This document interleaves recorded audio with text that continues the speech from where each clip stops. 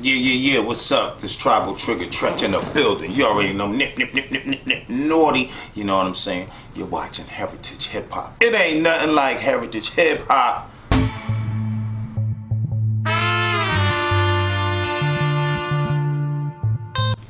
Peace and blessings, everybody. It's Karev back. And look, man, it's very, very rare that you get to sit with somebody who you respect and who you look up to. And I got somebody who has hit the world stage, the center stage, and the tribal stage at the same time.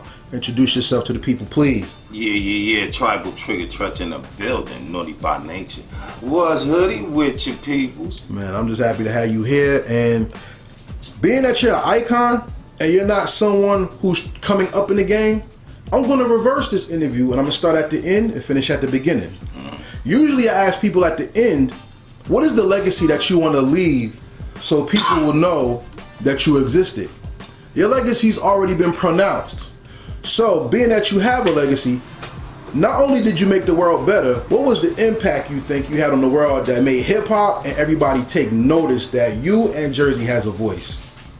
Well, I just think by coming out and just having the blessing of being on so many radio stations, you know, through the label Tommy Boy, being on everything from video, jukebox, where you had to pick the video and like that, just that whole vibe to see the acceptance of the music, your music, and seeing how many people will reach coast to coast and eventually internationally. So just to see it go and explode like that through the whole 90s, it was unbelievable.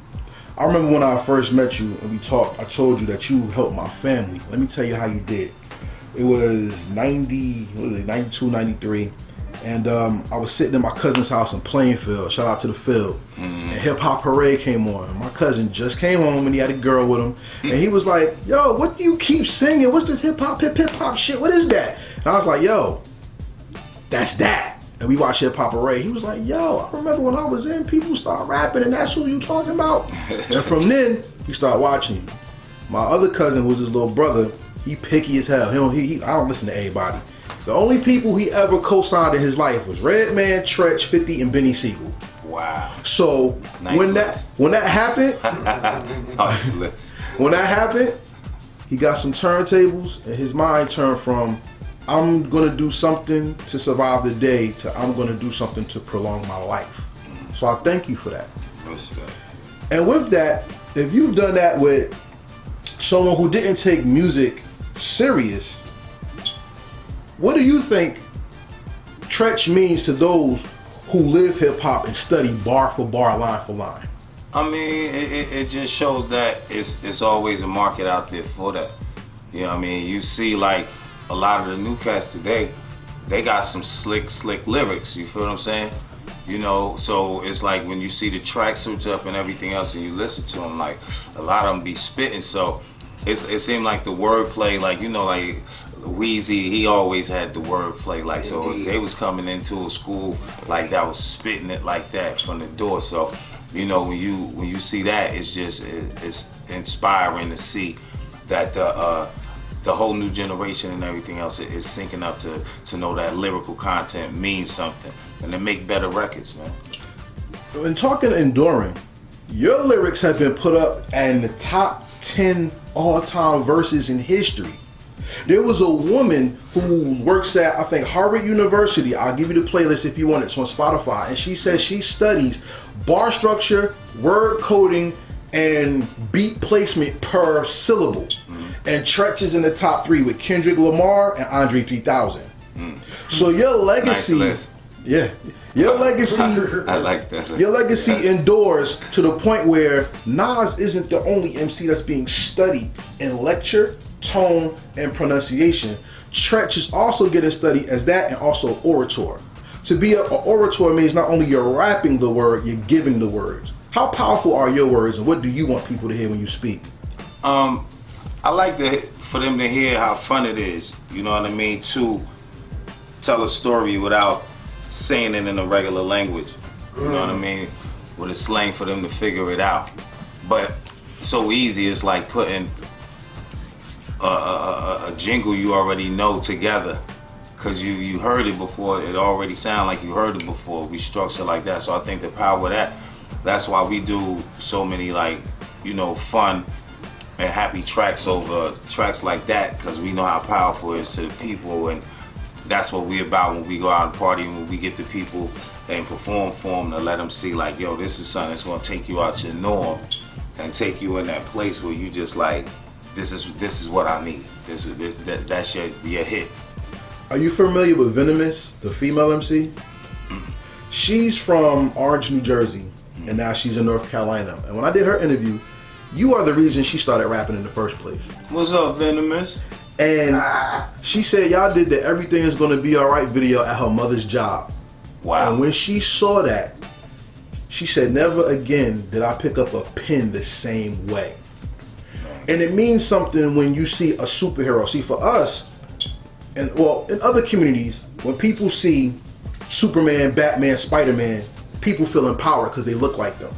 And for us, when we saw the MCs, we felt empowered because we seen people who took what was regular to some and made it beautiful to us. I saw in a video a young man saw Black Panther and he said to America, this is what you feel like when you see your heroes? He looked like me. I'm powerful. Treach is the superhero to so many people because he took home and made it world renowned. How do you define the world after you traveled it? It's big, y'all. A lot of space to have touch a lot of people, man. And when you used to go to certain countries and they don't even speak the language, but they know every word to even songs that's album songs, it's not even singles, word for word, word for word, in our language, you feel me? But don't speak no other. That's amazing. That's powerful. That's like when you go to concerts and you see the kids with the parents and some of the grandparents and the older aunts and uncles that love the era, and they're at the hip hop shows, the picnics and the festivals and all that with hundreds of thousands of people. So that's like the power, just to see that, all nationalities, all races.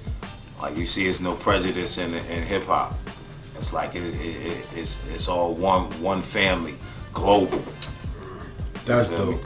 Because I've yet to travel the whole world and seen a stage in every country. I've gone to other places and I've seen the mark that we have.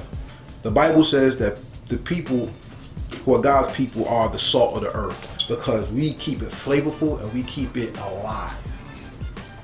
You said you saw how they said it word for word, but then you felt the love too. What is the love an MC gets from a crowd that's different from the love a performer gets from a crowd, you think? I mean, it's one and the same, actually. It's like you performing to the people, and MCing is your way of performing. It's like those singers, those great singers that's out there, and when they out performing and blowing and singing, you know, they hitting them notes that sound just like the record. You feel me? And that's when you know you there and you in that experience. So that's the beautiful thing with it, is performing for the people and giving them it to them your way. You know what I mean? With your swag and your music form. Back to being a hero. It's funny because I feel like there's certain credit that you deserve that you don't get. And part of that is that you are the total visual artist. You got bars, you dress the part, you act the part, you live the part. And I've never heard anybody say when they go to a naughty show they would never ever fulfill. And that's what makes, like I said, y'all heroes to the game, you and these crew, because I can't even call Naughty by Nature a hip hop group. You guys are y'all transcend. Iconic, man, like for real. How does transcending the genre affect you as an artist? Like you can't ask Michael Jackson what it's like to be Mike. You know, he's just the king of pop. But Naughty's in that space where y'all have influenced the game so many times over that people forget how influential you are. So when you get that icon status, how do you look at your sons, as people say in the game, and see what they're doing after what you have already established? Because I still be in the streets. and I still come out. I come out and you know what I mean. We recording and we filming videos together and small movies and independent films and all types of stuff. So I'm in touch with them. I see them and I'm letting them know like the proper way to get down with it and how to do it and helping them and showing them the direction and how to direct it and how to use the drones right and get the right editing and you know, and letting them know it's a hard job, but it's supposed to be to make it look right, but you ain't got to do 7 hours for a 3-minute video. You ain't fitting all that shit in there. You know, like show how to have it right and hit it quick, and it looks phenomenal.